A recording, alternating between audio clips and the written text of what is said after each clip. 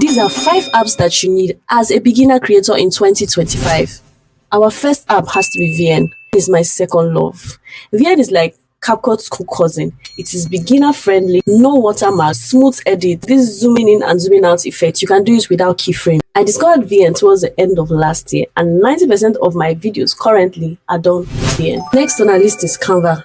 Canva is that one app that can turn anyone to a graphic designer. With Canva, you can create cool Instagram flyers, you can do thumbnails. I created my YouTube channel trailer on Canva. The good thing about Canva, even if you don't want to create from scratch, there are thousands of templates that you can choose from. Our third app has to be Vmake.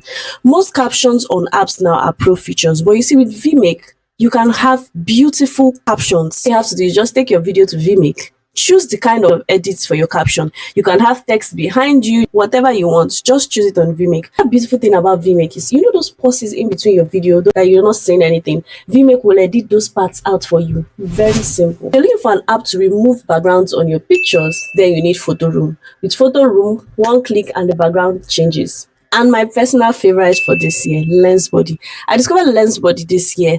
LensBuddy is like your own personal photographer. So now you want to take your pictures and you don't have anyone around to take your pictures, or you don't just like the way people take your pictures. All you need is your tripod. Set your tripod, open the LensBuddy app. You can select up to 2,500, 500 pictures to take at one shot. So all you have to do is just move to your background, move around, smile and say cheese, and your pictures will come out beautiful. And then there is my first love, CapCut. CapCut is king. I don't use CapCut again because most of the features are now pro, but I can say for a fact that CapCut is king. So if you can go pro, why not? These apps are currently serving me, so I haven't had much need for CapCut. Which of these apps are you going to be using? And which one do you already use? And if you have an app that can make life easy, be your sister's keeper. Let us know.